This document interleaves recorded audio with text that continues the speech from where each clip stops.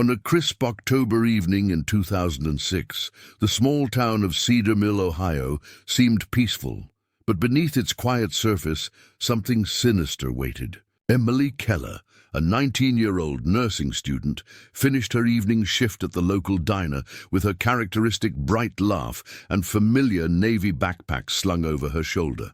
She drove to Willow Creek Park, a secluded spot her roommate described as Emily's thinking place, where she would go to clear her mind under the stars. The next morning, her bed remained untouched. Her phone went straight to voicemail, and her car was nowhere to be found. What unfolded in those dark hours would leave an open wound in Cedar Mill that would fester for 17 years. On the evening of October 8, 2006, Emily Keller, a 19-year-old nursing student at Ohio Valley University, clocked out from her part-time job at the Sunrise Diner in Cedar Mill, a small town nestled between rolling hills and farmland. To regular customers, Emily was a fixture, always quick with a genuine smile, attentive, and carrying a warmth that lingered long after she'd refilled your coffee cup. That night, Emily wore her favorite green sweater jeans and had her navy backpack, worn at the edges from textbooks and study materials, hanging from one shoulder. As she left the diner, Emily waved goodbye to her coworkers and the last few patrons with that smile that would later haunt everyone's memories, the final image many would have of her. Emily climbed into her blue Honda Civic and drove toward Willow Creek Park, a quiet nature area on the outskirts of town where she often went to collect her thoughts, sometimes sketching in her notebook or reviewing her medical terminology, flashcards under the stars. The only daughter of Robert and Susan Keller, Emily wasn't just her parents' pride, but a beacon in her community, a young woman balancing ambition with compassion, who volunteered at the local senior center and dreamed of becoming a pediatric nurse. That night, Cedar Mill carried on as it always had. Streetlights cast golden pools on quiet roads. Leaves rustled in the gentle autumn breeze, and no one could have imagined that in those ordinary moments, a life was being extinguished. Before we jump back in, tell us where you're tuning in from, and if this story touches you, make sure you're subscribed, because tomorrow I've saved something extra special for you. The following morning, when her advanced anatomy professor marked attendance, Emily's seat remained empty. Friends initially assumed she might have overslept or caught the seasonal flu making rounds on campus. But by afternoon, when calls and texts went unanswered, concern began to spread. Her roommate, Jessica Wright, reported that Emily hadn't returned to their shared apartment all night, something completely out of character for the responsible student who always left a note if her plans changed. The Keller family immediately began calling everyone in Emily's circle, friends, classmates, co-workers, hoping for any information about her whereabouts. But each call only deepened the growing pit in their stomachs. As evening settled over Cedar Mill, Robert and Susan sat in their modest home on Maple Street, watching the clock tick relentlessly forward, each minute eroding another fragment of hope. The nightmare that parents dread most was unfolding before them, minute by agonizing minute. With trembling hands, Robert Keller picked up the phone and called the Cedar Mill Police Department to report his daughter missing. That single call set in motion a sequence of events that would consume not just the Kellers, but the entire community for nearly 2 decades to come. When the call came into the Cedar Mill Police Department on the evening of October 9, 2006, Officer Mark Winters took down the information with growing concern. Robert Keller's voice cracked as he described his daughter, 5'6", light brown hair, green eyes, last seen wearing a green sweater and jeans. She always calls, always. Something's happened to her. Those words echoed through the station as patrol units were immediately dispatched to begin the search. Officers traced Emily's usual route from the Sunrise Diner toward Willow Creek Park. The autumn night had turned cold, with fog rolling in from the nearby river, shrouding the search in an eerie mist that seemed to swallow their flashlight beams. Each member of the search party felt the weight of time pressing down, every passing minute potentially crucial. Just after midnight, A beam of light caught something reflective at the far end of the park's gravel lot. Emily's blue Honda Civic sat alone in the darkness, driver's door left slightly open, keys dangling from the ignition. The scene immediately set off alarms for the experienced officers. There was no sign of planned departure, no overnight bag, no note. Her navy backpack lay on the passenger seat, containing textbooks, a half-finished bottle of water, and her wallet with ID and cash still inside. As officers swept their lights across the area surrounding the car, they discovered disturbing evidence. In the soft dirt near a walking trail, they found scuff marks and what appeared to be drag marks leading toward the dense woods. One detective bent down and retrieved a small silver earring, later identified by Susan Keller as belonging to Emily, a birthday gift from her parents just months earlier. Nearby, partially concealed under fallen leaves, lay a torn piece of green fabric, later confirmed to match Emily's sweater. The scene transformed instantly from a missing person case to a suspected abduction. Yellow crime scene tape soon cordoned off the entire area, and the quiet park filled with police vehicles, their red and blue lights cutting through the fog and reflecting off the tree line. Cedar Mill residents began gathering at the park entrance, drawn by police activity and the spreading whispers. "Is it about Emily?" They found her car. Robert and Susan Keller arrived at the scene shortly after being notified. Susan collapsed at the sight of her daughter's car, her body seeming to crumple as Robert caught her. The pain etched on their faces was unbearable to witness, the visceral realization that something terrible had happened to their only child. Detective James Holloway, who would later lead the investigation, described that moment in a 2023 interview. "In 27 years of police work, I've never forgotten the sound Susan Keller made when she saw that car. It wasn't a scream or a cry, it was the sound of a heart breaking." That night, police deployed tracking dogs to follow any scent trail from the car. The dogs led investigators along a winding path into the woods before losing the trail near a small stream that cut through the park. The water had likely washed away any scent, making further tracking impossible. A team searched the immediate wooded area, but found no additional evidence in the darkness. As dawn broke on October 10th, the search expanded dramatically. Volunteers from Cedar Mill and neighboring towns formed search parties, combing through Willow Creek Park and the surrounding areas inch by inch. Divers examined the creek and the larger river it fed into, but found nothing conclusive. The community mobilized with astonishing speed. Posters with Emily's smiling face appeared in shop windows, on telephone poles, and bulletin boards across 3 counties. The local news station broke into regular programming with a special alert. Ohio Valley University student missing. Vehicle found abandoned at Willow Creek Park. Fear rippled through Cedar Mill, a town where many still left their doors unlocked at night. Parents began driving their children to school rather than letting them walk. College students traveled in groups, even for short distances. The invisible veil of safety that had covered the town was suddenly, violently torn away. Emily's friends gathered at the Keller home, shell-shocked and tearful. Her roommate Jessica recalled their last conversation, Emily mentioning she might go to the park to review notes before an upcoming exam. She was worried about her cardiology unit, Jessica told police.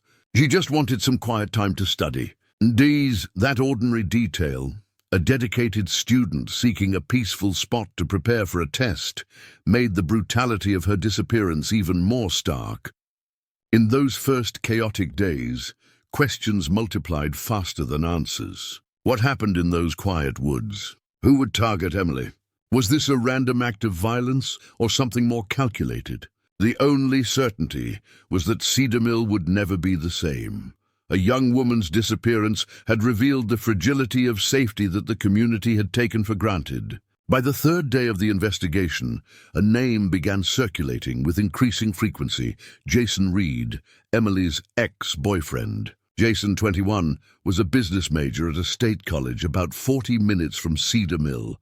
He and Emily had dated for nearly 2 years, beginning in high school and continuing into their freshman year of college. What seemed like the perfect relationship had ended abruptly in July 2006, just 3 months before Emily's disappearance.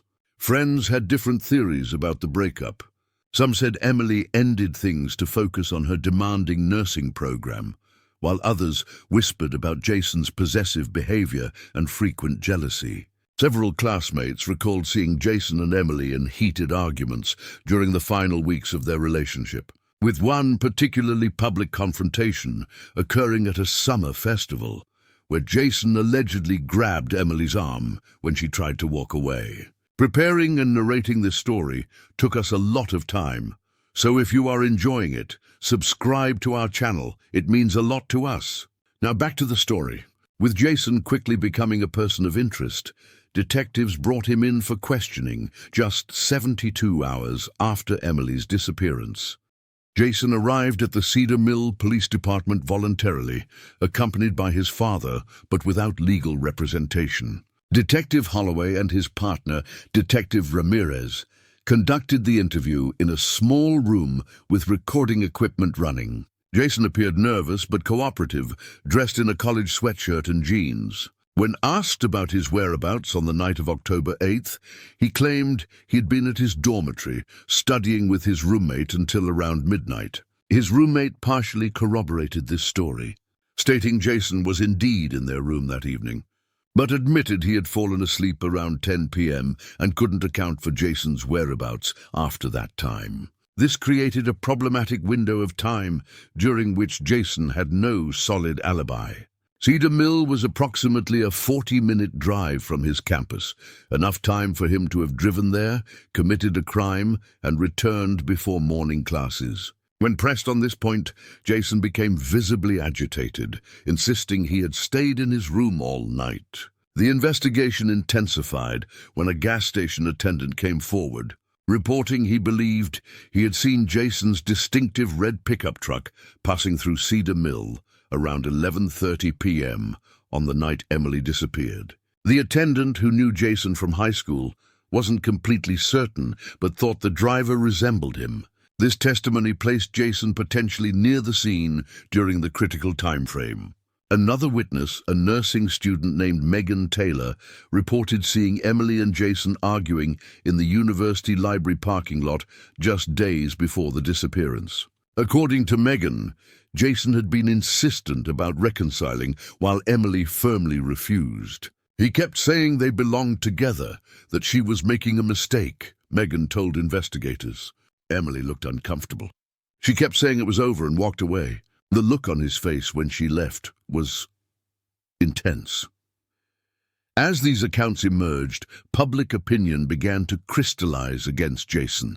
Students at Ohio Valley University openly discussed their suspicions. One of Emily's classmates told a local reporter everyone knew Jason couldn't accept the breakup. He was always showing up where Emily would be, texting her constantly. The portrait being painted was of a rejected boyfriend who couldn't let go. The Keller family, initially reluctant to suspect someone they had once welcomed into their home, began to wonder if Jason could be responsible. Susan Keller recalled Jason's last visit to their house, weeks before Emily disappeared. He brought flowers. Emily wasn't home. There was something desperate about him that day. I remember feeling uneasy after he left. Police obtained a warrant to search Jason's pickup truck, dorm room, and electronic devices. The search yielded troubling evidence, a journal in which Jason had written extensively about Emily, with recent entries showing increasing frustration. "She can't just throw away what we had," one entry read. "She'll understand eventually that we're meant to be together." His phone records showed dozens of text messages sent to Emily in the weeks before her disappearance, many unanswered. However, forensic examination of Jason's truck produced no physical evidence linking him to Emily's disappearance. No fibers matching her clothing, no traces of blood, nothing to definitively connect him to the crime scene at Willow Creek Park. Similarly, examination of his shoes and clothing revealed no soil samples matching the park's distinctive red clay. When confronted with the journal entries and text messages, Jason broke down in the interrogation room. "I loved her. I still love her," he sobbed. But I would never hurt Emily. Never. Despite his emotional declaration, detectives noted inconsistencies in his story and the concerning pattern of behavior. Jason Reed was officially named the prime suspect in Emily Keller's disappearance. The investigation's focus on Jason Reed created ripples through two communities: Cedar Mill, where Emily was beloved, and the State College campus, where Jason was now viewed with suspicion and hostility. Despite being the primary suspect, without concrete physical evidence directly linking him to the crime, police couldn't make an arrest. This legal limbo, where suspicion fell heavily but prosecution remained impossible, created a frustrating situation for everyone involved. As October gave way to November, the initial shock of Emily's disappearance evolved into a deep, collective grief. Ohio Valley University held a candlelight vigil on campus where hundreds gathered to show support for the Keller family. The night was clear and cold, with stars visible above the circle of flickering flames. Emily's nursing professors spoke of her dedication and compassion. Friends shared stories of her kindness and determination. Robert Keller, standing beside his wife, who could barely remain upright in her grief, addressed the crowd with remarkable composure. "Our daughter is the light of our lives," he said, his voice steady despite the tears streaming down his face. "Someone knows what happened to Emily. Please, if you know anything, come forward. Help us bring our daughter home." His words hung in the night air, a father's plea that pierced the hearts of everyone present. Local media coverage was relentless. The Cedar Mill Gazette ran daily updates on the investigation, and regional television stations featured the story prominently.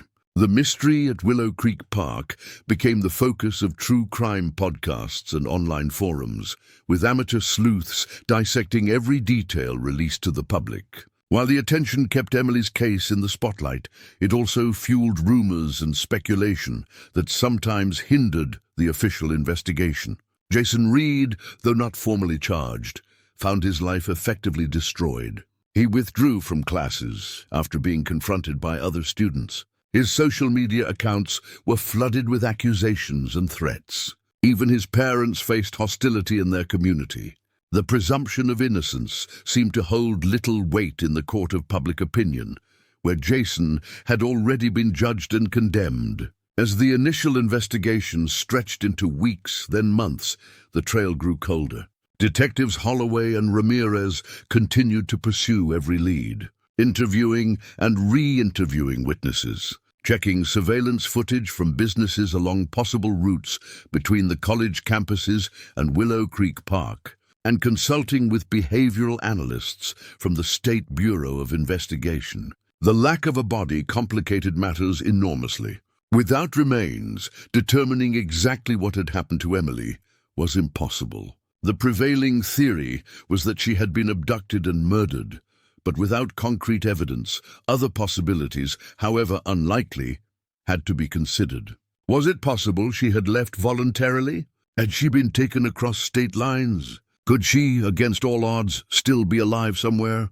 For the Keller family, this uncertainty was its own special torture. There could be no closure, no proper mourning, no acceptance while Emily remained missing. Susan began experiencing health problems related to stress and grief, insomnia, weight loss, panic attacks. Robert took a leave of absence from his job at the local factory to care for his wife and to devote more time to searching for their daughter. In January 2007, 3 months after Emily's disappearance, Cedar Mill police officially classified the case as a presumed homicide, though no body had been found. This reclassification brought additional resources, including consultation with the FBI's Behavioral Analysis Unit. By this point, the initial media frenzy had subsided, but Emily's case remained prominent in local consciousness. Her photo still hung in shop windows throughout town, now weathered and faded but present, a constant reminder of unresolved tragedy. A year passed, then two. The active investigation gradually transitioned into what police euphemistically call a long-term case. Detective Holloway refused to use the term cold case, insisting to anyone who would listen that Emily's file never gathered dust on his desk. He reviewed the evidence monthly, reaching out to new contacts, exploring angles that might have been overlooked. Jason Reed eventually transferred to a university in another state, trying to escape the shadow of suspicion that had defined his life since October 2006. Even with distance, he remained the primary suspect, though no charges were ever filed. His life had become a limbo of its own, never charged, never cleared, forever associated with Emily's disappearance. For Cedar Mill, Emily Keller became more than a missing person. She was a cautionary tale, a tragic figure, a reminder of vulnerability. Parents referenced her story when warning teenagers about staying safe. The town that once prided itself on its security now locked doors, installed security systems, and regarded strangers with suspicion. Willow Creek Park, once a popular recreation area, saw visitor numbers plummet. Few wanted to walk the same paths where Emily had taken her last known steps. By 2010, the case had gone officially cold. Leads had been exhausted, witnesses re-interviewed multiple times, evidence analyzed and reanalyzed with the technology available. The Keller family established a scholarship in Emily's name at Ohio Valley University for nursing students with financial need, a way to ensure that even in absence, their daughter continued to help others. Each year on her birthday, they visited Willow Creek Park and left flowers near where her car had been found, a ritual of remembrance that provided some small comfort in their continuing grief. Cedar Mill carried on, as communities must, but with an invisible scar. Emily Keller, her smile, her ambitions, her abbreviated life, became part of the town's identity, a shared loss that residents carried collectively. The question of what happened that October night in 2006 remained unanswered, a mystery that seemed destined to stay unsolved as years turned into a decade, then more. No one could have predicted that 17 years later, a chance discovery would rip open wounds long scarred over, bringing both the long-awaited answers and a shock that would rock Cedar Mill to its very foundations. For years after Emily's disappearance, Cedar Mill seemed to exist in two parallel realities. On the surface, life continued. Businesses opened and closed, students graduated, seasons changed. But beneath this veneer of normalcy ran an undercurrent of unease, a collective wound that refused to heal. The town became known throughout Ohio as the place where that nursing student vanished, a reputation that cast a long shadow over its otherwise charming streets and friendly residents. Between 2010 and 2020, the Keller family weathered their grief with quiet dignity. Each October 8th, they held a small memorial service at Willow Creek Park, lighting candles and sharing memories of their daughter. Attendance dwindled over the years, but a loyal group of Emily's friends and former professors never failed to appear, standing shoulder to shoulder with Robert and Susan in a circle of remembrance. The toll on Susan Keller was particularly visible. Once vibrant and social, she became withdrawn, her health deteriorating as the years passed. "It's the not knowing that hollows you out," she confessed in a rare interview in 2015. "Every time the phone rings, there's that moment, that split second where you think it might be news about Emily." Robert remained her steadfast support, though the strain had etched deep lines around his eyes and turned his hair completely grey long before its time. Detective James Holloway, though officially assigned to other cases as the years progressed, never truly let go of Emily Keller. Every few months, he would revisit the file, hoping fresh eyes might catch something previously overlooked. He kept a photo of Emily on his desk, not standard practice, but a personal reminder of unfinished business. "Some cases get under your skin," he later explained. "They become part of who you are, as an investigator, as a person." Jason Reed, meanwhile, had rebuilt some semblance of a life in Colorado, where he completed his business degree and took a job with an accounting firm. Though never charged, the shadow of suspicion followed him across state lines. Background checks would often flag the investigation, requiring explanations that inevitably led to uncomfortable questions. Relationships proved difficult to maintain once the truth of his past emerged. He existed in a peculiar limbo, presumed guilty in the court of public opinion, yet never convicted in a court of law. By 2020, Emily's case had become a footnote in Cedar Mill's history, mentioned primarily in true crime podcasts or occasional retrospective articles about unsolved mysteries in Ohio. The active investigation had been dormant for years, the evidence stored in boxes in the police department's basement. For many younger residents, Emily was merely a name they'd heard mentioned, a cautionary tale rather than a real person who had once walked the same streets they did. The turning point came in early 2023, when Cedar Mill Police Department underwent a major renovation of their facilities. During the process of relocating evidence from older cases, Officer Tanya Wilson, a relatively new addition to the force, took particular interest in the Keller case. Born and raised in Cedar Mill, but having been away at college when Emily disappeared, Wilson had a personal connection to the story that had defined her hometown. With permission from her superiors, Wilson began reviewing the case files in her spare time. While the evidence had been thoroughly examined over the years, advances in forensic technology offered new possibilities. She focused particularly on a small piece of green fabric, torn from Emily's sweater and found at the scene, which had yielded no useful DNA results in 2006, but might now reveal more with modern testing methods.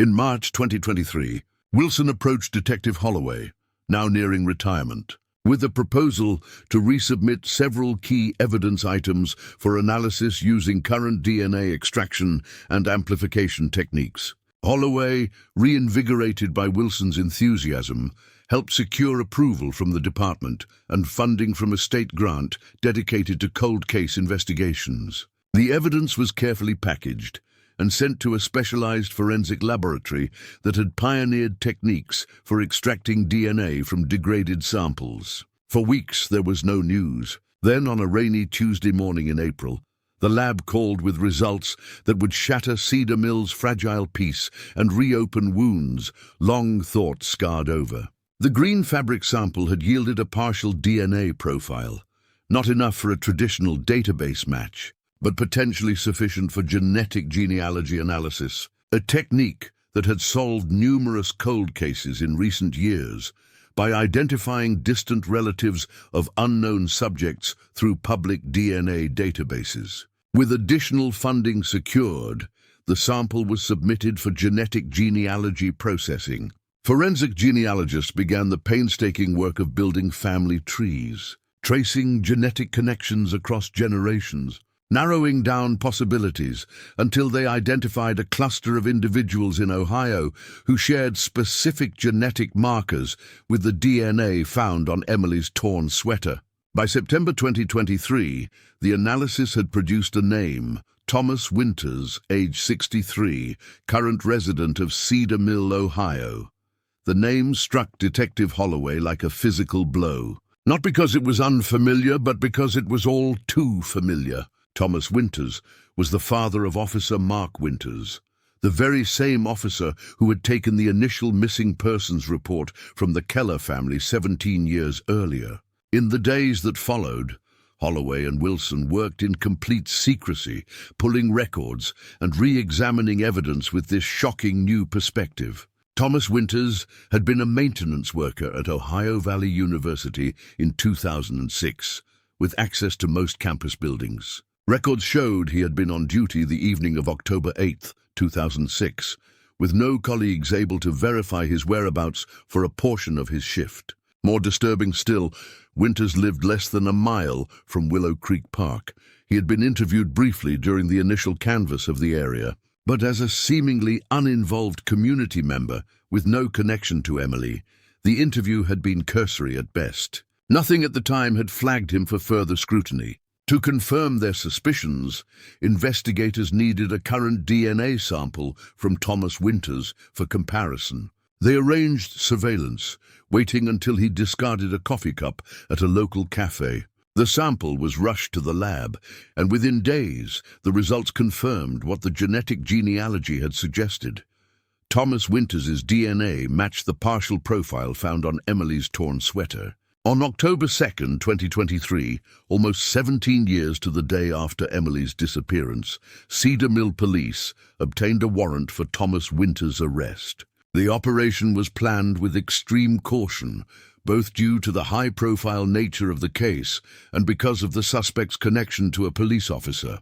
State authorities were brought in to assist, ensuring no conflict of interest would compromise the arrest or subsequent prosecution. At 6 a.m., a team of officers surrounded Winters' modest home on Elm Street. He was taken into custody without incident, appearing bewildered as he was led to the police car in handcuffs. His wife, standing in the doorway in her bathrobe, kept repeating, "There must be some mistake. Tom wouldn't hurt anybody."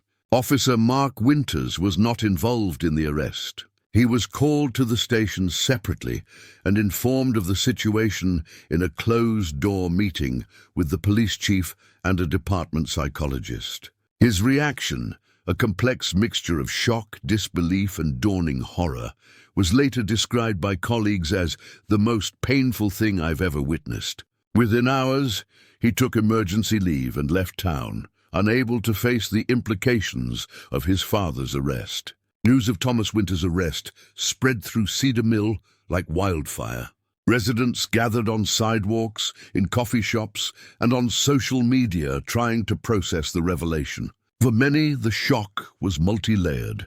Not only had Emily's killer apparently been living among them for 17 years, but he was the father of a respected police officer, a man who had been a fixture in the community his entire life. "I've known Tom Winters since high school," one longtime resident told a reporter from the Cedar Mill Gazette. "He coached Little League. He volunteered at the food bank during holidays. How do you reconcile that with what they're saying he did?" For the Keller family, the arrest brought a maelstrom of emotions. Robert received the call from Detective Holloway personally. "We think we found who took Emily," Holloway said, his voice thick with emotion.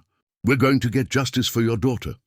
Robert, now 65, had to sit down, his legs suddenly unable to support him. Susan, whose health had been fragile for years, was hospitalized briefly after learning the news, the shock proving too much for her weakened heart. When stable enough to speak to reporters, she said only, "We always prayed for answers. But I never imagined this." The question on everyone's mind was simple but devastating. Why? What possible motive could Thomas Winters have had for harming a young woman he apparently had no connection to? The answer began to emerge during interrogation. After hours of denials, presented with the DNA evidence and faced with the knowledge that his son's career and reputation were collateral damage to his actions, Thomas Winters finally broke. His confession, recorded in a small interview room at the Cedar Mill Police Department, revealed a horror no one had anticipated. According to Winters, he had developed an obsession with Emily after seeing her studying alone in the university library where he worked maintenance evening shifts. He began following her, learning her routines, watching from a distance. On October 8, 2006, he saw her car at Willow Creek Park and decided to approach her. "I just wanted to talk to her," he said in the recorded confession, his voice eerily calm. "But when I got closer, she looked scared. She started to run. I grabbed her sweater, it tore, and she screamed. I panicked. I put my hand over her mouth. I didn't mean for her to stop breathing. The randomness of it, the terrible chance that put Emily in the wrong place at the wrong time, made the tragedy even more senseless. There had been no grand conspiracy, no elaborate plot. Just a young woman who had the misfortune to catch the attention of a man with dangerous impulses he had hidden from everyone, including his family. After Emily died, Winters explained, he hid her body in a remote area of woods, nearly 30 miles from Cedar Mill, far from the initial search perimeter. He then returned to his normal life, even participating in search efforts and community vigils. Most chilling of all, he had watched his own son take the missing persons report from the Keller family, beginning the investigation that would span nearly 2 decades. "I kept thinking they would find her," he admitted. "Every day I expected to be caught, Then days became weeks, weeks became months, and eventually I started to believe I had gotten away with it.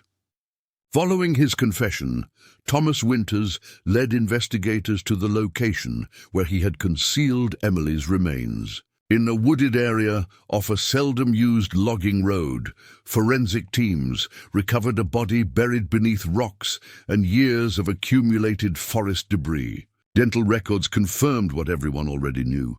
Emily Keller had been found at last. The discovery of Emily's remains brought a particular kind of closure to Cedar Mill, one that answered questions but opened wounds afresh. The community struggled to process not only the identity of her killer, but the fact that he had walked freely among them for 17 years, attending the same churches, shopping at the same stores, even participating in memorial events for the young woman whose life he had taken. The revelation hit hardest at the Cedar Mill Police Department. Officer Mark Winters, though completely uninvolved and unaware of his father's actions, resigned from the force. The shadow cast by his father's crimes made it impossible for him to continue serving the community where his family name had become synonymous with betrayal and horror. "We had no idea," Mark's statement read. "My mother, my sister, myself, we are devastated not only by what my father did, but by the years of deception that followed. Our hearts break for the Keller family. We cannot begin to express our sorrow or ask for forgiveness." On October 15, 2023, Cedar Mill held a proper funeral for Emily Keller. The small-town church overflowed with mourners, old friends, former classmates, professors, and hundreds of community members who had never met her but had carried her story in their hearts. Susan Keller, supported by her husband, touched the closed casket, finally able to say goodbye to the daughter whose absence had defined nearly 2 decades of their lives. "We can bury our daughter now," Robert said, his voice steady despite his tears. "We can visit her and know where she is. After 17 years of emptiness, that means something." Thomas Winters was charged with first-degree murder, kidnapping, and obstruction of justice. The evidence against him was overwhelming. His confession, the DNA match, and now the recovery of Emily's remains. Legal experts predicted he would spend the rest of his life in prison, small consolation for the devastation he had caused. Jason Reed, the ex-boyfriend who had lived for years under the weight of suspicion, learned of the arrest while at work in Denver.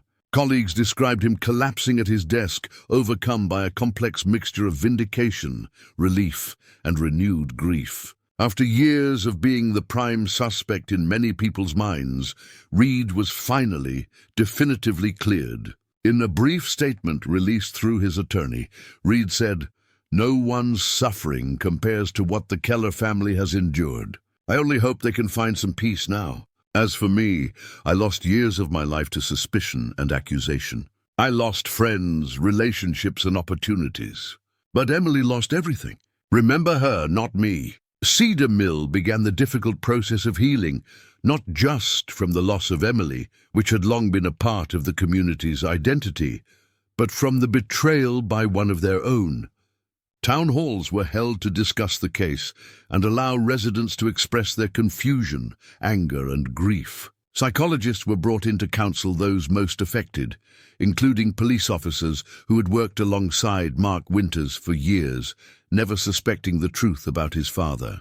For Detective James Holloway, the resolution of the case brought complicated emotions. The satisfaction of finally solving the mystery that had consumed much of his career was tempered by the knowledge of how close Thomas Winters had been all along. "He was right there," Holloway said during a press conference.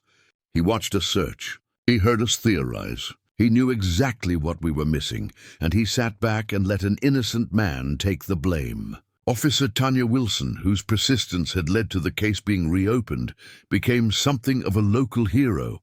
Her dedication to using new technology to revisit old evidence had broken through 17 years of silence. "I was just doing my job," she insisted when praised. Emily deserved justice no matter how long it took. As 2023 drew to a close, Cedar Mill existed in a state of cautious healing. The wound that had festered for so long had been lanced, painful but necessary for true recovery to begin. The town, that had been defined by mystery and suspicion, now had answers, however disturbing they might be. For the Keller family, knowing the truth brought a different kind of pain, sharper in some ways, but without the endless questioning that had haunted them for years. Susan's health slowly improved as the weight of uncertainty lifted. Robert began speaking at victim advocacy events, channeling his grief into support for other families of missing persons. "Time doesn't heal all wounds," he told one audience, "but the truth, even when it hurts, allows the healing to at least begin." In January 2024, Thomas Winter's case moved toward trial. The evidence was overwhelming. His confession, the DNA match, the recovery of Emily's remains from the location he had identified. Legal experts predicted there would likely be a plea agreement rather than a lengthy trial, sparing the community and the Keller family the trauma of reliving Emily's final moments in excruciating detail. During pretrial hearings, more disturbing information emerged. Searches of Winter's home and workplace had uncovered a hidden collection of newspaper clippings about Emily's disappearance, carefully preserved in plastic sleeves. Even more disturbing, investigators discovered a small box containing what appeared to be personal items belonging to Emily, a student ID card, a silver bracelet identified by Susan as a gift she had given her daughter, and several pages torn from Emily's nursing notebooks. These discoveries suggested a level of obsession beyond what Winters had admitted in his confession. Psychological evaluations ordered by the court painted a picture of a man with deeply compartmentalized behavior, able to function normally in society, maintain a family and career, while harboring violent fantasies and impulses he managed to conceal from everyone around him. The most frightening predators are often those who appear completely ordinary, noted Dr. Eleanor Foster, a forensic psychologist who consulted on the case. Thomas Winters didn't look like a monster. He looked like everyone else. That's what allowed him to hide in plain sight for 17 years. On February 12, 2024, Thomas Winters accepted a plea deal, pleading guilty to first-degree murder in exchange for prosecutors not seeking the death penalty. He was sentenced to life in prison without the possibility of parole. The courtroom was packed as the judge delivered the sentence, with many Cedar Mill residents attending to witness the final chapter of a story that had defined their community for nearly 2 decades. The Keller family was present, sitting stoically as the man who had taken their daughter finally faced justice. When given the opportunity to address the court, Robert Keller spoke briefly but powerfully. "No sentence can bring our daughter back or reclaim the 17 years we spent searching for answers," he said, looking directly at Winters. "But today Emily has justice. Today, the truth is acknowledged. Today, our community begins to heal." Thomas Winters offered no explanation, no apology, maintaining the same eerie calm he had shown throughout the legal proceedings. His wife and children were not present in the courtroom, having cut all ties following his confession. As Winters was led away in handcuffs to begin serving his sentence, a palpable sense of closure settled over the courtroom. Outside, reporters gathered to capture reactions from community members and the Keller family. The story had attracted national attention, featured on major news networks and true crime programs across the country. In the months that followed, Cedar Mill began the process of redefining itself beyond the tragedy that had overshadowed it for so long. Willow Creek Park, long avoided by many residents due to its association with Emily's disappearance, underwent a renovation. A memorial garden was established near where her car had been found, featuring a bronze plaque with her name and the dates of her life, along with a quote chosen by her parents, "Her light continues to shine." Ohio Valley University established the Emily Keller Center for Nursing Excellence, funded by donations that poured in from across the state after the resolution of her case. The center would train future generations of nurses, ensuring Emily's dream of caring for others would continue through those who followed in her chosen path. For Jason Reed, The confirmation of his innocence brought complex emotions. After the sentencing, he returned to Cedar Mill for the first time in many years, visiting Emily's grave and meeting privately with the Keller family. What transpired in that meeting remained private, but those who saw Reed afterward described him as appearing unburdened for the first time in nearly 2 decades. "Living under suspicion changes you," he told a journalist who approached him as he left town. "It makes you question everything. Other people's perceptions, your own memories, your place in the world. I'll never be the person I was before Emily disappeared. None of us will." Officer Tanya Wilson received commendations for her work on the case, including recognition from the state's Cold Case Initiative. Her persistence in applying new technology to old evidence had broken through years of silence and finally brought justice. When asked about her motivation, Wilson's answer was simple: "I grew up in the shadow of this case. Emily wasn't just a name in a file to me. She represented the moment our town lost its innocence. She deserved better than to be forgotten." Detective James Holloway retired from the police force shortly after Winter's sentencing, ending a career that had been defined in many ways by the Keller case. At his retirement ceremony, he spoke about the impact the investigation had had on him personally and professionally. "There are cases that stay with you," he said. "Cases that wake you up at night, that follow you home, that sit across from you at dinner. Emily Keller was that case for me. I only wish we could have found the truth sooner."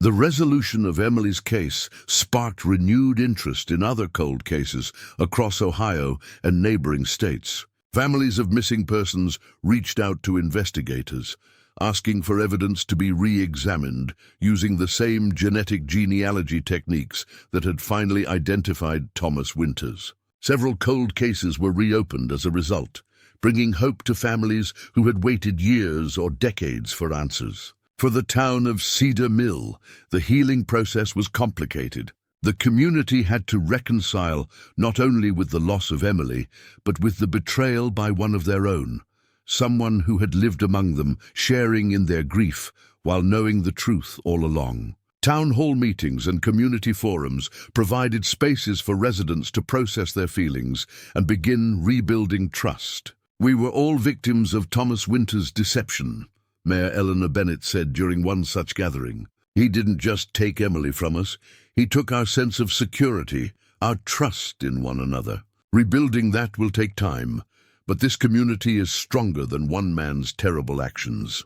The Keller family established a foundation in Emily's name, dedicated to supporting families of missing persons and advocating for the use of advanced forensic techniques in cold cases. The Foundation's first initiative was to fund DNA analysis for 5 unsolved disappearances across Ohio, giving other families the chance for the closure that had taken the Kellers 17 years to find.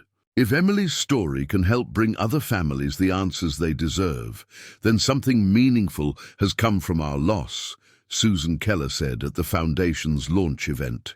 Her health had improved considerably since the resolution of the case, as if the weight of uncertainty had been physically as well as emotionally crushing.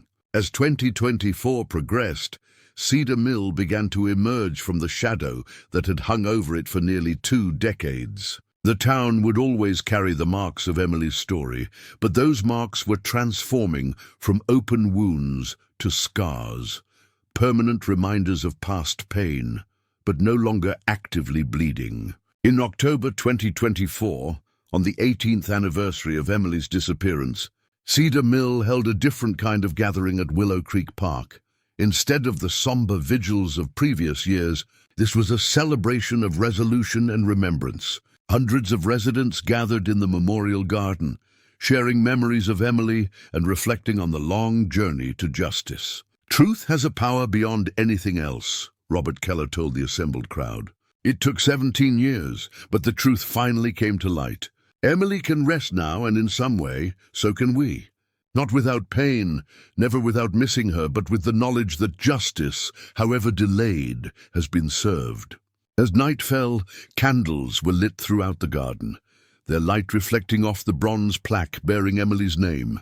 In that gentle illumination, Cedar Mill found itself not erasing the past, but moving forward with it, carrying Emily's memory and the hard-won truth of her story into a future where other families might find answers more quickly, where other communities might be spared such extended suffering. For Cedar Mill, the wound in its heart would never completely vanish. But for the first time in 17 years, it had begun to truly heal. The aftermath of Thomas Winter's sentencing extended far beyond the courthouse doors. While the legal chapter of Emily Keller's case had closed, the ripple effects continued to spread through Cedar Mill and beyond. The story that had begun as a local tragedy became a catalyst for change across the entire state's criminal justice system. In March 2024, Governor Eleanor Matthews announced the creation of the Ohio Cold Case Initiative, directly citing Emily Keller's case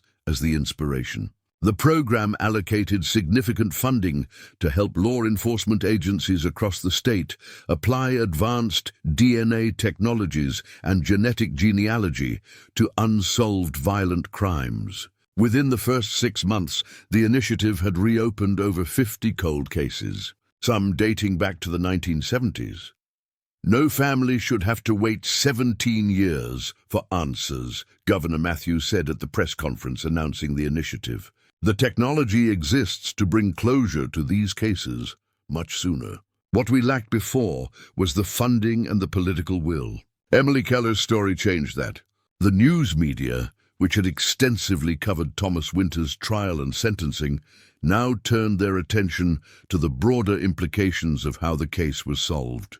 National news programs featured segments on genetic genealogy, explaining to millions of viewers how DNA left at crime scenes could now be traced through family connections, sometimes identifying perpetrators who had never themselves submitted DNA to any database. Privacy advocates raised concerns about the potential overreach of such technologies, but Robert Keller became an outspoken defender of their use in criminal investigations. We lost 17 years of peace because these tools weren't available or weren't used, he said during a televised debate. How many other families are out there right now wondering what happened to someone they love, when the answer could be found if only we used every resource available? The Keller family's newly established foundation, Emily's Light, worked closely with the governor's initiative, helping to prioritize cases and providing emotional support to families suddenly facing the prospect of answers after years or decades of uncertainty. Susan Keller, whose health continued to improve, took a particularly active role in this aspect of the foundation's work. "I know what it's like to live with that knot in your stomach every day," she told a group of family members at a foundation event.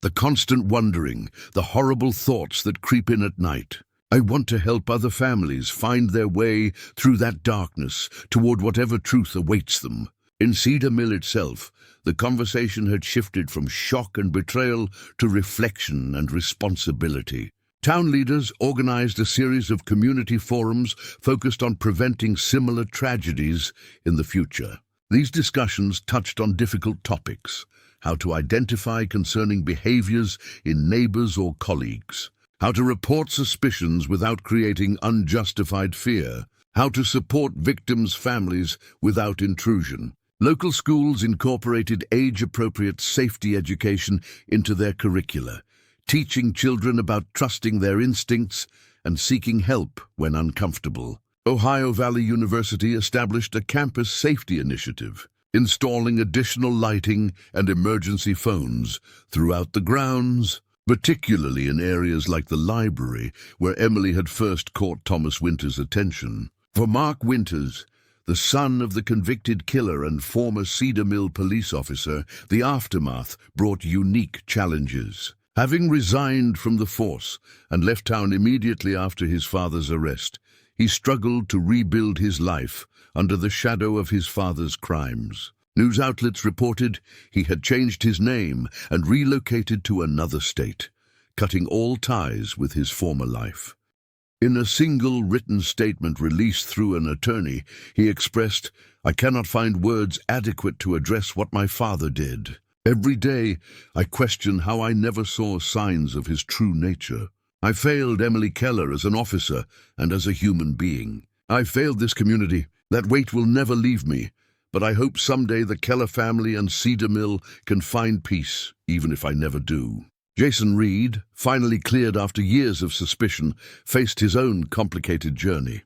Though formally exonerated, the psychological impact of being the prime suspect in such a high-profile case had fundamentally altered his life path. After meeting with the Kellers following Thomas Winter's sentencing, Reed made the surprising decision to return to Ohio, accepting a position with a victim advocacy organization in Columbus. "Being wrongly suspected gave me a perspective few people have," he explained in a rare interview. "I know what it's like to have your life derailed by violence, even when you're not the direct victim. That experience can help me connect with families who are going through their own versions of what I endured." By summer 2024, a new development brought both pain and validation to the Keller family and the Cedar Mill community. Following Thomas Winters' conviction, investigators in neighboring counties began reviewing unsolved cases with similar characteristics to Emily's murder. In July, DNA evidence confirmed Winters was responsible for the 2003 disappearance of Melissa Turner, a 23-year-old graduate student from Riverdale, a town approximately 40 miles from Cedar Mill. Melissa's case had gone cold years earlier, with few leads and no suspects. Her family had lived with unanswered questions for even longer than the Kellers. When the DNA match was confirmed, Robert and Susan personally visited the Turner family to share the news, a heartbreaking connection between families united by similar tragedies. "We felt it was important to tell them face to face," Robert explained later.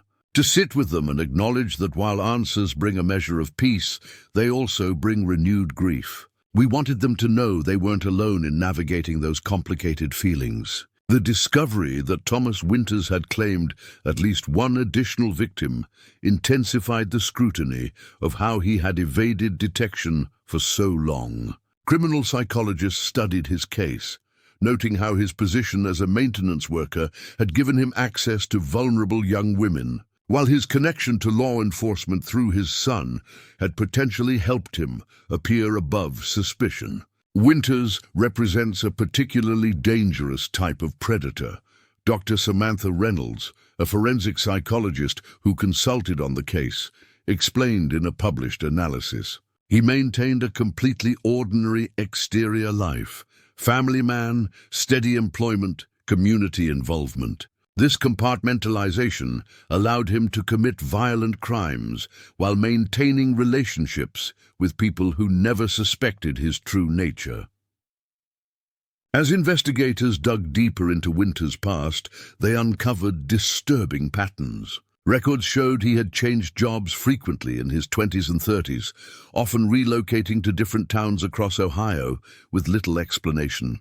Each move now raised questions about potential undiscovered victims in those locations. By fall 2024, the Ohio Cold Case Initiative had established a task force specifically focused on reviewing unsolved disappearances and murders of young women in areas where Winters had lived or worked between 1980 and 2006. The possibility that he might be responsible for additional crimes weighed heavily on Cedar Mill, adding another layer of horror to a story that had already shaken the community to its core. For Detective James Holloway, who had come out of retirement to consult on the task force, the expanding investigation brought complicated emotions.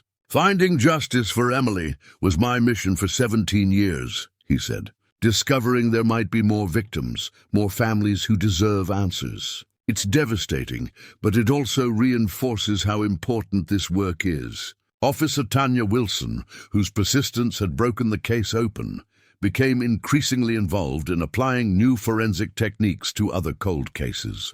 Her expertise, born from her work on Emily's case, made her a valuable resource for departments across the state. Though she remained with the Cedar Mill Police Department, she frequently traveled to consult with other agencies, carrying the lessons of Emily's case to help solve other mysteries. Every cold case represents a family living in limbo, Wilson noted during a law enforcement conference in September 2024. What we learned from Emily Keller's case is that persistence matters.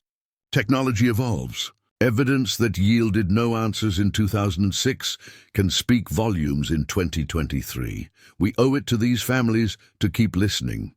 In October 2024, as Cedar Mill approached the one-year anniversary of Thomas Winter's arrest, the town organized a different kind of commemoration. Rather than focusing solely on Emily, the event honored all victims of violent crime and celebrated the advances in forensic science that were bringing closure to long unsolved cases. The gathering, held at the Memorial Garden in Willow Creek Park, drew hundreds of attendees from across the state, including families of missing persons who had found renewed hope through the Cold Case Initiative. Robert and Susan Keller stood at the center of it all, no longer isolated in their grief, but surrounded by a community united in purpose. For 17 years, we walked through darkness, Susan told the crowd, her voice steady and clear in the crisp autumn air. Now we walk in light, not because our loss is any less painful, but because purpose gives strength. Emily's case has opened doors for other families, and that gives her story meaning beyond tragedy.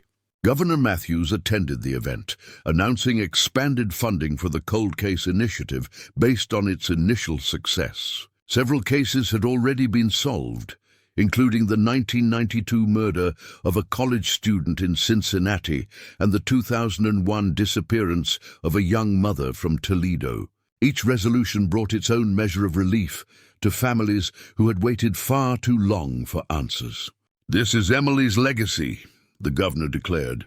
"Not just justice for one young woman, but a pathway to justice for many." Cedar Mill's tragedy has become a catalyst for change across our entire state. As winter approached, the Keller family faced their first holiday season with the knowledge of what had happened to Emily. While the uncertainty was gone, the grief remained, transformed, but no less real. Yet there was also a new dimension to their experience, a sense of purpose that had grown from tragedy. "The hardest days are still hard," Robert acknowledged in a quiet interview at their home. "We still miss her every day. But now, when I wake up in the morning, I know why I'm getting out of bed. The foundation, the other families we're helping, that work matters. It keeps Emily's spirit alive." Susan, showing a strength that had emerged from years of vulnerability, had become a sought-after speaker at victim advocacy events. Her gentle wisdom and hard-won perspective offered comfort to other families, navigating their own journeys through trauma and loss. "Time doesn't heal all wounds," she often told these groups, "but purpose helps us carry them. Finding meaning in loss doesn't make the loss any smaller, but it makes us stronger in bearing it." By January 2025, the scope of the investigation into Thomas Winter's potential crimes had expanded significantly. Cold case detectives had identified 3 additional unsolved cases that showed similarities to Emily's and Melissa's. Disappearances, all young women who vanished without trace. Between 1995 and 2005, all in towns where Winters had lived or worked. In February, forensic evidence confirmed Winters as the perpetrator in one of these cases. The 1998 disappearance of Alyssa Martinez, a 21-year-old waitress from Springfield. As with Emily and Melissa, Winters had no obvious connection to Alyssa, supporting the theory that he selected victims opportunistically rather than targeting specific individuals. The confirmation of a third victim elevated the case to new heights of media attention. True crime documentaries and podcasts explored the emerging pattern, and Thomas Winters, once an unremarkable maintenance worker, was now being discussed alongside other serial predators who had hidden behind ordinary facades. For Cedar Mill, this widening investigation brought mixed emotions. While there was a certain vindication in knowing the town had not been uniquely vulnerable or careless, the knowledge that Winters had committed multiple crimes over many years deepened the sense of betrayal. How had a man capable of such repeated violence moved among them undetected for so long? "We trusted him," said Eleanor Parker, who had lived next door to the Winters family for over a decade. "He fixed things around my house. He played with my grandchildren. The idea that all that time he was hiding these horrible secrets. It makes you question everything you think you know about people." The psychological impact rippled through the community in complex ways. Some residents became hypervigilant, viewing neighbors with newfound suspicion.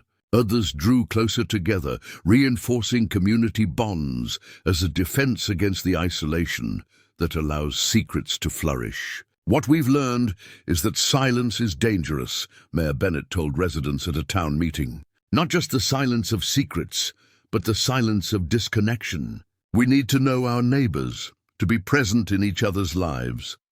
Community isn't just about sharing space, it's about sharing responsibility for one another's well-being. This perspective informed new initiatives in Cedar Mill, including neighborhood watch programs designed not just for security, but for community building. The town also established a mental health resource center, recognizing that healing from collective trauma required professional support alongside community resilience.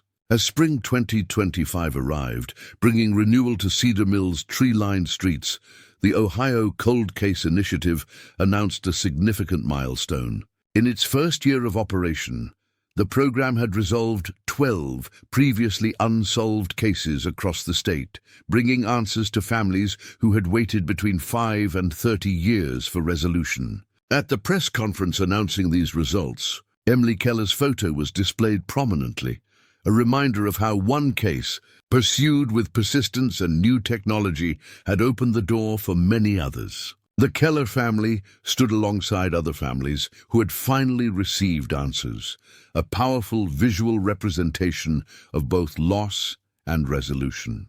Each of these cases represents a family who lived in the same darkness we did, Robert said, gesturing to the displayed photos of victims. Each resolution represents light breaking through. That's what drives us forward, knowing that other families can find the answers they deserve. Jairs due for Detective Holloway, who had officially retired but remained involved as a consultant, the success of the initiative brought a measure of peace. Though he still carried regret for the years Emily's case remained unsolved, he could now see how that prolonged investigation had ultimately created positive change. "Sometimes justice takes the long way around," he reflected during an interview marking his full retirement. "I wished every day that we could have solved Emily's case sooner. But if we had, would we have this initiative today? Would these other 12 families have answers? There's no comfort in how long it took, but there is meaning in what's come from it." Officer Wilson, whose career had been fundamentally shaped by her role in resolving Emily's case, became a leading advocate for preserving evidence in unsolved cases, particularly biological samples that might yield results with future technological advances. "The evidence that solved Emily's case sat in storage for 17 years, she reminded a class of police cadets at the State Academy. What seemed useless in 2006 became the key to justice in 2023. Never assume a case can't be solved. Technology catches up to criminals eventually. By summer 2025, as Cedar Mill approached the second anniversary of Thomas Winter's arrest, the town had begun to reclaim its identity beyond the tragedy that had defined it for so long. While Emily's story remained an important part of the community's history, it no longer overshadowed every aspect of daily life. Willow Creek Park, once avoided as a place of sorrow, had been fully transformed by the memorial garden. Families returned to its trails and picnic areas. Children played on new playground equipment installed near the entrance, and the garden itself became a place of reflection rather than fear. Ohio Valley University's nursing program, bolstered by the Emily Keller Center for Nursing Excellence, saw record enrollment. Many students cited Emily's story as their inspiration for pursuing healthcare careers, creating a legacy of healing that extended far beyond the tragedy itself. "She wanted to help people," Susan observed, during a ceremony honoring the center's first graduating class. Now, through all of you, she will help thousands over the years to come. That's a kind of immortality that matters. For Jason Reed, the journey from suspect to advocate had come full circle. His work with victim support organizations had expanded to include advocacy for those wrongfully accused or suspected of crimes. Having experienced both sides of the criminal justice system, the pain of being unfairly targeted, and the importance of finding actual perpetrators, he brought unique insight to discussions about reforming investigative procedures. False suspicion creates secondary victims, he explained during a panel discussion at a national justice reform conference. While the focus must always be on finding the truth for the primary victims and their families, we can't ignore the damage done when investigations focus too narrowly on the wrong person. Justice means getting it right for everyone involved. But in August 2025, nearly 2 years after the case was solved, a major television network premiered a documentary series examining Emily Keller's case, the long investigation and the eventual identification of Thomas Winters through genetic genealogy.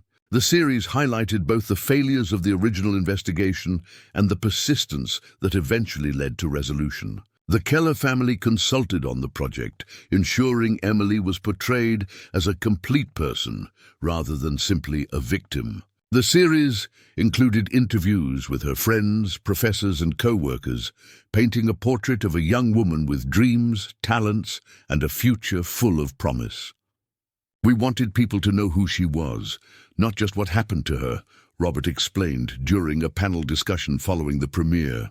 Emily was so much more than her death. She was kind, determined, brilliant in so many ways. The world lost all she would have contributed, all the lives she would have touched as a nurse. That's the true tragedy. The documentary sparked renewed national conversation about cold cases and the evolving technologies that could help solve them. Several states began developing programs modeled after Ohio's cold case initiative, creating a ripple effect of justice that spread far beyond Cedar Mill. For Susan Keller, watching the documentary brought complicated emotions. Seeing her alive on screen in video clips and photos, it both heals and hurts, she admitted. But knowing her story is helping others, that gives purpose to our pain.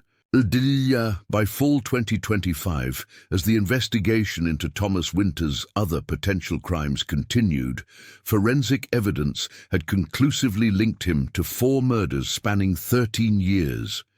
Law enforcement officials acknowledged the possibility that they might never know the full extent of his crimes, as some evidence from older cases had not been preserved in ways that allowed for modern testing. This reality underscored the importance of proper evidence collection and preservation, becoming another lesson from Emily's case that shaped law enforcement practices across the state and beyond. What had once been standard procedure, discarding or returning evidence after a certain period if a case remained unsolved, was now recognized as potentially closing doors to future justice. In Cedar Mill, the approaching 20th anniversary of Emily's disappearance in October 2026 would mark a significant milestone. The town council approved plans for a permanent installation at the city's Central Park, featuring a sculpture designed by local artists working with Ohio Valley University students. The sculpture would not focus on Emily's death, but on her aspirations, a stylized representation of healing hands, reflecting her chosen profession and the healing her case had ultimately brought to many other families through the Cold Case Initiative. "We want this memorial to look forward, not back," Mayor Bennett explained. "It honors Emily by embodying what she valued, helping others, bringing comfort, making a difference in people's lives." For the Keller family, this forward-looking perspective had become central to their own healing journey. While they would never stop missing their daughter, they had found ways to carry her memory into a future she couldn't share but could still influence. "Grief changes over time," Susan reflected during a quiet moment at home, looking through photos of Emily for the documentary project. "It doesn't get smaller, but you grow around it. It becomes part of who you are, rather than something that defines everything about you. Robert nodded in agreement. For years, all we could see was what we'd lost. Now we can also see what's grown from that loss. The lives changed, the cases solved, the families who found answers because of Emily's case. That doesn't make it fair or right. Nothing could. But it gives meaning to something that seemed meaningless for so long. As Cedar Mill moved forward, the lessons of Emily Keller's case remained embedded in the community's consciousness. The importance of vigilance without paranoia, the value of persistence in seeking truth, the power of technology to unlock answers long thought lost, the strength found in supporting one another through unimaginable circumstances. Most importantly, Emily's story had revealed the transformative potential of purpose born from pain, how a single case, pursued with determination across years and finally resolved through innovation, could create ripples of justice extending far beyond one family or one town. Emily's case is not just about finding one killer, Governor Matthews said during a ceremony marking the second anniversary of the Cold Case Initiative. It's about recognizing that every unsolved case represents a family waiting for answers, a community living with uncertainty, and potentially a perpetrator still walking free. What happened in Cedar Mill changed how we approach these cases across our entire state, and increasingly across our nation. For Cedar Mill, the wound that had defined the community for nearly 2 decades had finally formed a scar, permanent but no longer bleeding, a mark of both trauma and healing. The town that had once been known only for tragedy now stood as an example of resilience, of how communities can emerge from darkness, not unchanged, but strengthened by the journey through it. In the memorial garden at Willow Creek Park, where candles had once been lit in desperate hope for answers, visitors now found a place of peace and reflection. The bronze plaque bearing Emily's name caught the sunlight on clear days, her dates marking not just the boundaries of a life, but the beginning of a legacy that continued to grow with each passing season. The Emily Keller story reminds us that justice, though sometimes delayed, remains worth pursuing. That technology advances, evidence speaks, and secrets eventually come to light. That communities can heal from even the deepest wounds. And that one life, however tragically shortened, can create ripples of change that touch countless others. In the words Robert Keller often shared when speaking to families still waiting for answers, hope is not foolish. Truth is never truly lost. And love persists beyond all boundaries of time and circumstance. That is Emily's most important legacy. The impact of the Emily Keller case extended far beyond Ohio's borders as 2026 unfolded. What had begun as a local tragedy, then evolved into a statewide initiative, was now influencing how cold cases were approached across the entire country. In March 2026, the National Cold Case Alliance was established, directly inspired by Ohio's successful program. This federal initiative provided funding, training, and technological resources to help law enforcement agencies nationwide apply genetic genealogy and other advanced forensic techniques to their unsolved cases. At the Alliance's inaugural conference in Washington, D.C., Robert and Susan Keller were invited as keynote speakers. Standing before an audience of law enforcement officials, forensic scientists, and families of missing persons from across the country, they shared their story with quiet dignity and powerful conviction. For 17 years, we lived in a particular kind of darkness, Susan told the hushed audience. It wasn't just grief, it was the torment of not knowing. That uncertainty poisons everything it touches. It disrupts the natural process of mourning because there's nothing concrete to mourn. It keeps you suspended between hope and despair, never able to move forward in either direction. Robert continued where his wife left off, his voice steady but emotional. When they finally found Emily and identified her killer, we experienced grief all over again, sharp and fresh. But it was different this time. It had boundaries. It had a shape we could recognize and eventually learn to carry. That's what we want for every family represented in this room, not an end to grief, because that never comes when you lose someone you love, but an end to the paralyzing uncertainty that makes healing impossible. Their words resonated deeply with the assembled families, many of whom had been living in that same limbo for years or even decades. Following the Keller's address, several family members approached them, forming spontaneous support connections that would evolve into lasting relationships. One such connection was with Maria Gonzalez, whose 18-year-old daughter Lucia had disappeared from a college campus in New Mexico in 2012. After hearing the Kellers speak, Maria approached them with tears streaming down her face. "You put into words what I've felt for 14 years, but couldn't explain," she told them.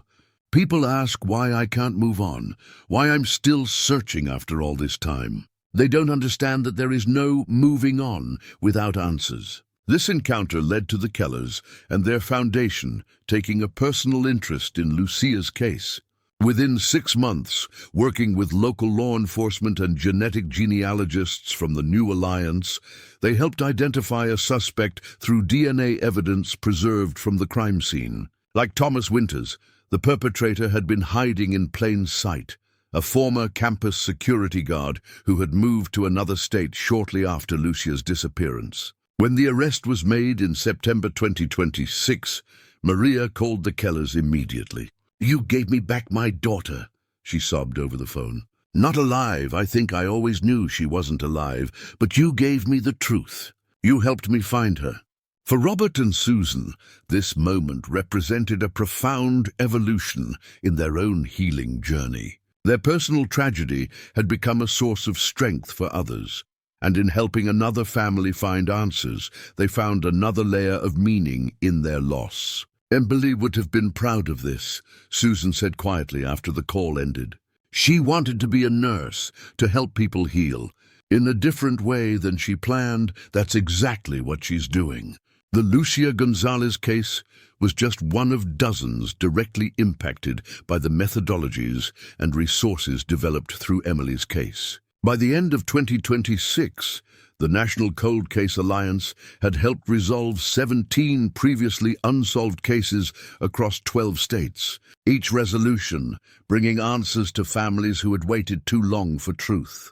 In Cedar Mill, the 20th anniversary of Emily's disappearance was marked with the unveiling of the promised sculpture in the town's central park. The bronze representation of healing hands reaching upward toward the sky stood on a simple pedestal inscribed with Emily's name and the words, "Her light continues to guide us toward truth and healing." The unveiling ceremony drew hundreds of attendees, including many who had been directly involved in the case over the years. Detective James Holloway, now fully retired but still a respected figure in the community, spoke about the long journey toward justice. 20 years ago, we made a promise to find the truth, he told the gathered crowd, his voice weathered but resolute. It took far too long to fulfill that promise, but today we stand here not just remembering a tragedy, but celebrating how that tragedy transformed our approach to justice. Emily's case changed everything,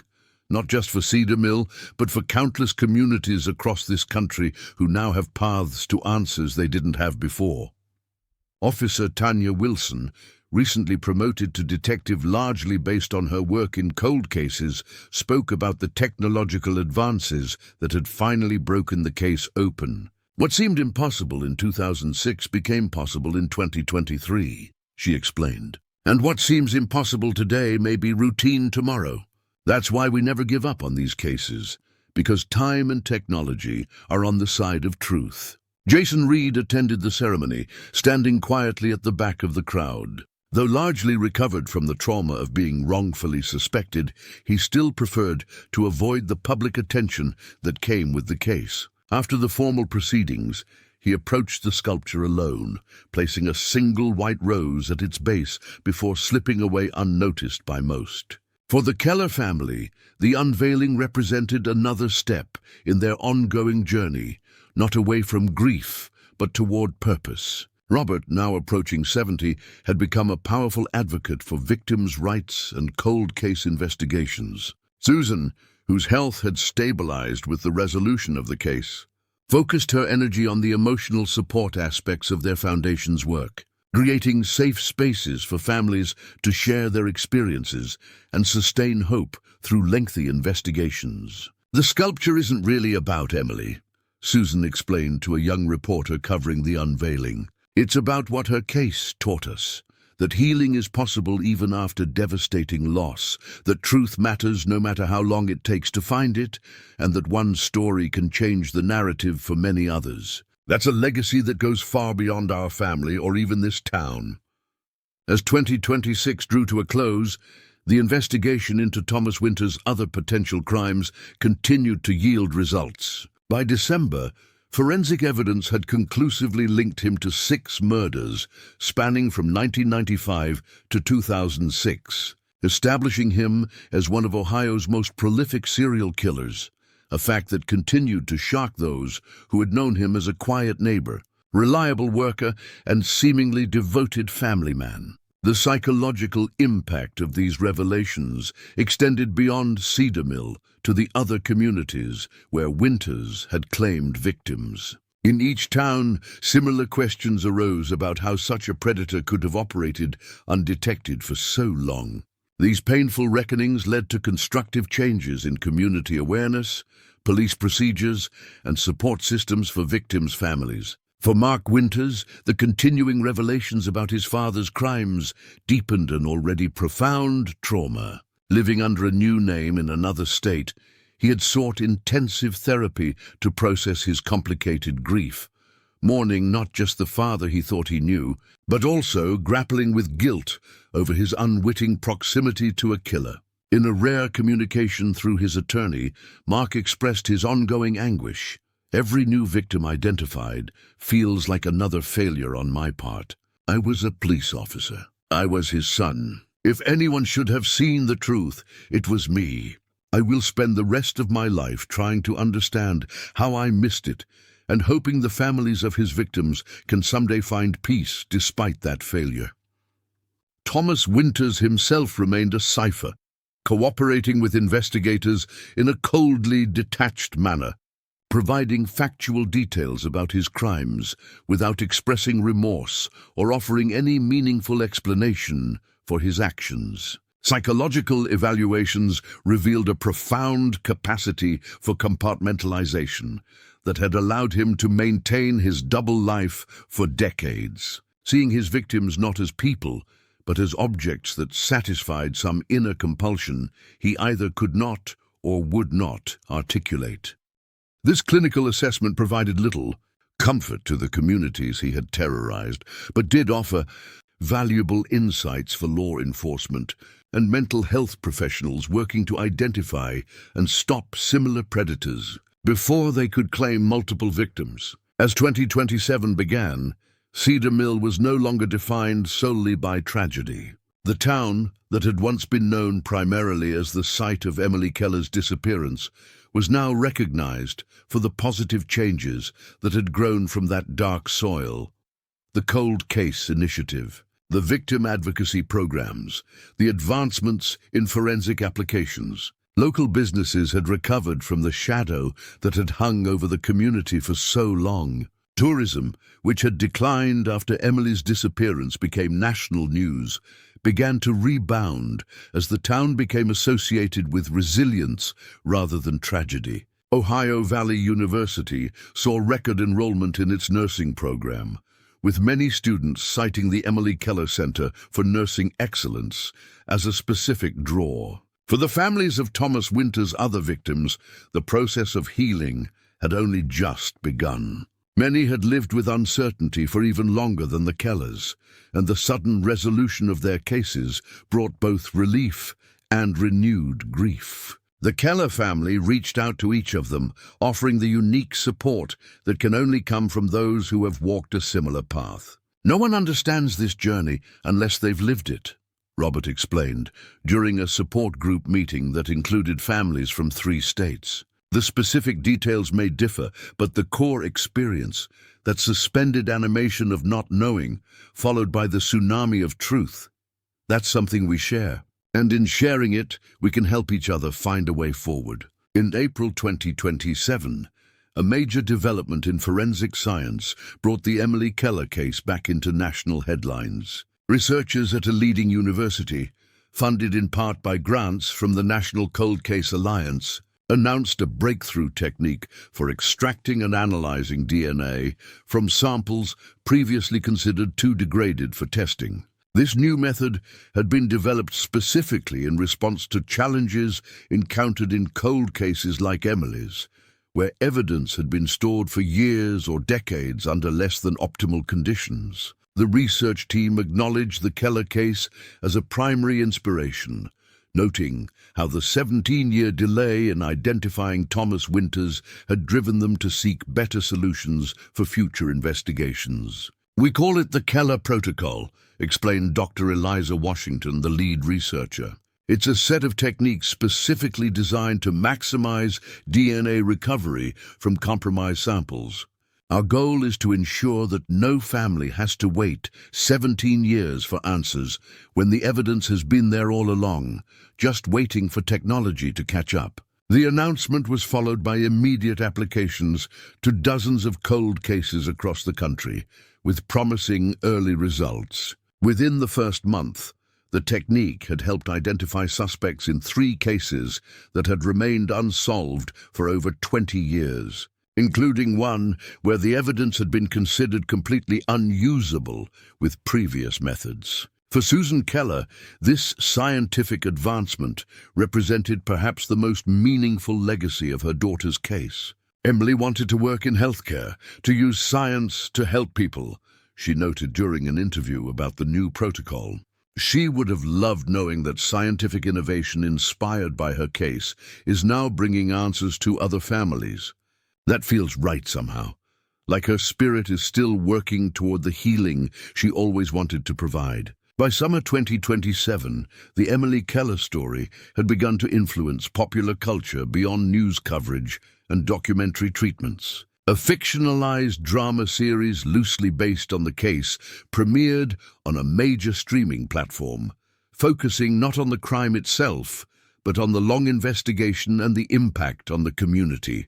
While taking creative liberties with certain details, the series captured the essence of Cedar Mill's journey from tragedy to transformation. The Keller family consulted on the project, insisting that the focus remain on the investigative process, the evolving forensic techniques, and the community's response rather than sensationalizing the crime or the perpetrator. This approach resonated with viewers, who praised the series for its sensitive handling of difficult subject matter and its emphasis on the human aspects of a cold case investigation. "We didn't want another crime drama that glorifies the killer or wallows in the gruesome details," Robert explained during a panel discussion about the series. "Those shows already exist in abundance. We wanted something that honored the investigators who never gave up, the community that carried this wound for so many years, and the families who live with the reality of waiting for answers." That's the story that needed telling. The series brought renewed attention to cold case investigations nationwide, inspiring increased funding for programs modeled after Ohio's initiative and encouraging families of missing persons to advocate for re-examination of evidence in long-dormant cases. This tangible impact far exceeded the Kellers' expectations for the project and reinforced their belief in the power of storytelling to drive meaningful change. In September 2027, nearly 4 years after Thomas Winters' arrest, Cedar Mill experienced another milestone in its healing journey. The town hosted the first national conference on community healing after prolonged trauma, bringing together mental health professionals, civic leaders, and community members from towns across the country that had experienced similar long-term trauma stemming from unsolved crimes. The conference, organized jointly by Cedar Mill's government and the Emily Keller Foundation, focused on practical strategies for rebuilding community trust, supporting affected families, and transforming pain into constructive action. Sessions addressed everything from law enforcement transparency to public memorial design, creating a comprehensive blueprint for communities navigating the aftermath of cases like Emily's. Mayor Eleanor Bennett, now in her second term, opened the conference with a powerful reflection on Cedar Mill's journey. 4 years ago, when Thomas Winters was arrested, our community felt shattered all over again, she acknowledged. We had to face not only the horror of what happened to Emily, but the betrayal of discovering the perpetrator had been among us all along, watching us search, attending our vigils, embedding himself in the very fabric of our town. She continued, her voice strengthening. That kind of betrayal could have destroyed us. It could have turned neighbor against neighbor, breeding suspicion and isolation. Instead, we chose a different path. We chose to examine what went wrong, not to assign blame, but to ensure it never happens again. We chose to strengthen rather than sever our community bonds. We chose to transform our collective pain into purpose. The 3-day conference became an unexpected source of healing for Cedar Mill itself. By sharing their journey with other communities, residents gained new perspective on their own experience and recognized how far they had come since those dark days of uncertainty and fear. For the Keller family, the conference represented another step in their ongoing work to create meaning from tragedy. Now in their early 70s, Robert and Susan had devoted their retirement years entirely to the foundation bearing their daughter's name. Their work had expanded beyond cold case advocacy to include support groups for families of missing persons, educational programs on community safety, and scholarships for students pursuing careers in forensic science or victim advocacy. We couldn't save Emily, Susan reflected during the conference's closing session. But through this work, through all of you and your communities, her spirit continues to save others. That doesn't make what happened to her right or fair or acceptable. Nothing could do that. But it does mean her life continues to matter, to make a difference, long after it was so cruelly cut short. As 2027 drew to a close, the National Cold Case Alliance released its biennial report, documenting the resolution of 73 previously unsolved cases across the country since its inception. The report specifically cited the Emily Keller case as the catalyst that had launched not just Ohio's initiative, but the national movement that followed. The report included a special section on the Keller effect, the term researchers had begun using to describe the phenomenon of one high-profile case resolution leading to systematic changes that benefited many other cases. This ripple effect had been observed not just in terms of technological applications and funding allocations, but also in public awareness and support for cold case investigations. For Cedar Mill, this recognition reinforced the town's evolving identity as a place of transformation rather than merely tragedy. What had once been whispered as the town where that nursing student disappeared was now being recognized as the community that changed how America approaches cold cases. This shift was evident in daily life throughout Cedar Mill. Willow Creek Park, once avoided as a place of sorrow, had become one of the town's most visited locations, with the Memorial Garden serving as a place of reflection and hope rather than fear. Ohio Valley University's nursing program continued to thrive, producing graduates who carried Emily's spirit of compassion into healthcare facilities across the region. Most significantly, the community had reclaimed its sense of security without resorting to paranoia or excessive vigilance. The difficult lessons learned through Emily's case had led to smarter safety practices, stronger community connections, and more effective communication with law enforcement, changes that made the town genuinely safer rather than simply more fearful. For Robert and Susan Keller, watching this transformation unfold brought a measure of peace that had once seemed impossible. "We'll never have everything we want," Robert acknowledged during a quiet moment at home, looking at photos of Emily that still covered their living room walls. "We'll never have our daughter back. We'll never get to see the nurse she would have become, the woman she would have grown into, the life she would have lived." Susan nodded, taking his hand. "But we've found purpose in her absence," she added. Not a replacement for her. Nothing could ever be that. But a way to carry her forward, to ensure that her story doesn't end with what was taken from her, but continues through what has been given to others because of her. As 2028 approached, bringing with it the 22nd anniversary of Emily's disappearance, Cedar Mill prepared not for another somber remembrance, but for a forward-looking celebration of the changes her case had inspired. The Emily Keller Foundation announced plans for a national day of action, during which communities across the country would hold events supporting cold case investigations, missing persons awareness and victim advocacy programs. Emily's story is far from over, Robert told reporters at the announcement. As long as her case continues to open doors for other families seeking answers, as long as the lessons learned continue to drive innovation and change, her light continues to shine. That's what we choose to focus on now, not the darkness of what was taken, but the light that continues to guide us forward. This perspective had not come easily to the Kellers. It had been born from years of pain, uncertainty, and eventually a hard-won resolution that brought answers, but not comfort. Yet in choosing to transform their personal tragedy into a catalyst for widespread change, they had found a path forward that honored their daughter's memory while helping countless others. Emily Keller's case reminds us that justice, though sometimes delayed by years or even decades, remains worth pursuing. That the truth, once buried beneath time and deception, can eventually emerge through persistence and innovation. That communities can recover from even the deepest wounds, not by forgetting, but by remembering with purpose. And that one life, however tragically shortened, can create ripples of positive change that extend far beyond what anyone might have imagined. In the words Susan Keller often shared with other families still waiting for answers, hope is not foolish, even after years of disappointment. Truth is persistent, even when deeply hidden. And love transcends all boundaries of time and circumstance, continuing to shape the world long after someone has left it. That is Emily's most enduring legacy.